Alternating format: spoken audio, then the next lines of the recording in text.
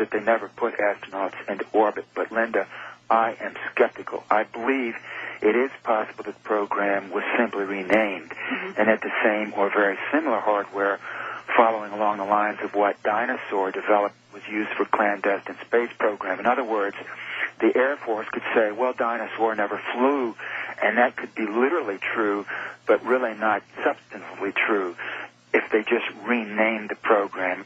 There have been other leaks from physicists who have said that we already went to the moon and have been to Mars in a secret space program. I don't disbelieve that. I think it's entirely possible, and it's good evidence that there was a follow-on secret space shuttle program run by the United States Air Force. In August 1989, the New York Times reported that the United States Air Force was disbanding a previously unknown secret cadre of 32 secret military astronauts based in Los Angeles who were associated with a parallel multi-billion-dollar space shuttle program that the Air Force was running out of Vandenberg Air Force Base in California. This story by veteran New York Times reporter William Broad set out that the Air Force was abandoning a major space control center in Colorado and a $3.3 billion, according to the Air Force, never used spaceport at Vandenberg Air Force Base. Essentially, the thrust of the story was that the U.S. Air Force spent billions of dollars on a secret 32-man astronaut corps and a secret spaceport and launch control center and never used any of it. I simply do not believe this account as put forth by the Air Force. I believe, in fact, that the opposite is likely to be true and that the United States military does have and has had not one but very likely multiple secret space programs using both conventional aerospace technologies and also unconventional technologies such as electrogravitic and nuclear propulsion modes. I believe it is highly possible that the Air Force has put up its own space shuttles, perhaps using dinosaur-style technology, and very likely using these facilities at Vandenberg Air Force Base that they told us back in the late 1980s that they lavished billions of dollars on and never used, Linda. I think that's a stretch. The cover here to try to put space between the public and the media and the facts of a space program would be to generate a story that would be covered by the New York Times, the newspaper of record, that, yes, there was a secret program, but it has been entirely disbanded. That is one of the best ways to cover up a secret. Well, sure it is, but the puzzling thing about that is this story surfaced one time and one time only in the mainstream news cycle and disappeared, never to be seen again, never to be heard from again. So I'm strongly suspicious of the Air Force's line on this. Now, getting back to Neil Armstrong, he was not in the first group of NASA astronauts. He was in the second group of NASA astronauts. So where did he come from? Well, he came through a different background than many of the other astronauts. He was a military pilot and flew combat missions in Korea. But then he ended up working for NACA, which was the forerunner to NASA, in the 1950s, and he was a research pilot for NACA, flying the X series of experimental hypersonic, supersonic aircraft using this boost glide technology, where the X aircraft would be taken up under the wings of large motherships and then dropped, and they would ignite their engines, and off they would go into the stratosphere.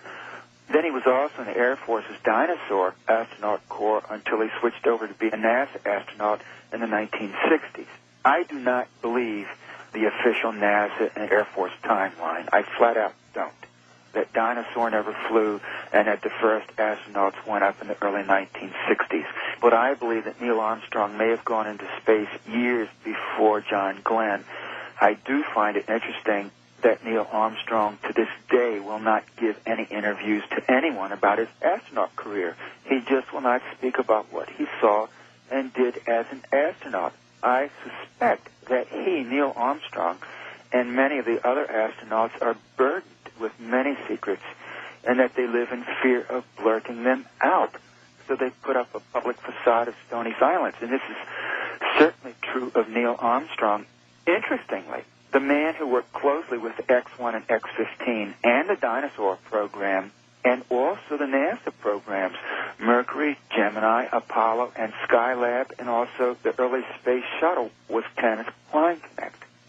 Now, who was Kleinknecht? Well, he was the brother of the man who at the time of the Apollo missions was the Grand Secretary General of the 33rd Degree Supreme Council of the Masonic Scottish Rite Southern Jurisdiction Temple on 16th Street in downtown Washington, D.C. What makes this interesting is not only Kenneth Kleinknecht's close connection with the X-1 and X-15 programs under NACA and the Dinosaur program under the Air Force, and also all of the NASA manned space programs to this point, but that his brother held a very high position at a 33rd Degree Supreme Council there in Washington, D.C. This temple had also a close connection with the manned space program, and a number of the early NASA astronauts were Masons, including Buzz Aldrin, who walked on the moon with Neil Armstrong. In fact, Buzz Aldrin took the flag of this 33rd Degree Masonic Temple on 16th Street in Washington, D.C. to the moon with him and carried out a brief Masonic ceremony on the moon and returned this flag from the moon's surface to this 33rd Degree Masonic Scottish Rite Temple in Washington, D.C. Personally, in September of 1969, NASA brought in Farouk El-Baz to manage the manned lunar missions of the Apollo program. Now, who is Farouk El-Baz?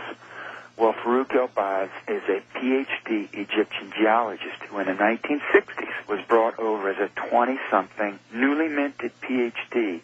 into the very highest levels of NASA, leapfrogging right over the heads of hundreds of senior American scientists and engineers to essentially manage the manned component of the missions on the moon's surface.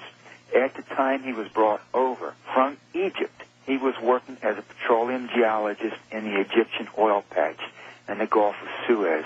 Before that, he spent a year lecturing in geology in Germany, in Heidelberg. And from there, he went to the very top of the most sensitive American program there was as a 29-year-old non-American scientist without a background in space science or aerospace. Now, why? The plain implication is that his being Egyptian has everything to do with it. Many people who speculate that the Sumerians and the earliest Egyptians were, in fact, non-humans present and cohabiting on this planet. Well, I can't say anything about that. I don't know if they were non-human, but I've been told informally by people who study these esoteric matters that the Sumerians and the Egyptians did have high technology many thousands of years ago, and our understanding of ancient history is seriously deficient. Farouk El-Baz, who was Egyptian, spent a year teaching in Germany just before coming to NASA. He essentially ran the manned component of the Apollo space program. What happened on the surface of the moon was essentially under Farouk El-Baz's thumb. I would note that in the 1950s and 60s, there was also a parallel Operation Paperclip in Egypt. Egyptian President Nasser brought hundreds of ex-Nazi rocketry experts to Egypt and set them up in factory number 333 in Heliopolis, just outside of Cairo, to establish an Egyptian rocket program. And who was the director of Factory 333? None other than Oygen Sanger, the godfather, if you will, of modern aerospace boost glide rocket technology. His ideas and designs were the forerunner, the conceptual basis for the U.S. Air Force's Dinosaur program. As you have just said, that the Egyptians under Nasser had their own space program that was Project 333. The White Sands Proving Ground, B-2 rocket research under Project Paperclip in New Mexico, was Project 33. Do you have any idea why those two parallel programs would have 333 and 33? I don't know, but I would point out to you that there was only one factory in Egypt, and it was 333, and at White Sands there was only one launch complex, and it was number 33. What they have in common is clearly the repetition of the number 33 and also the involvement of ex-Nazis. I would remind you that there's also the involvement of 33rd degree masonry in this project, which traces its antecedents back to ancient Egypt, and there's also the involvement of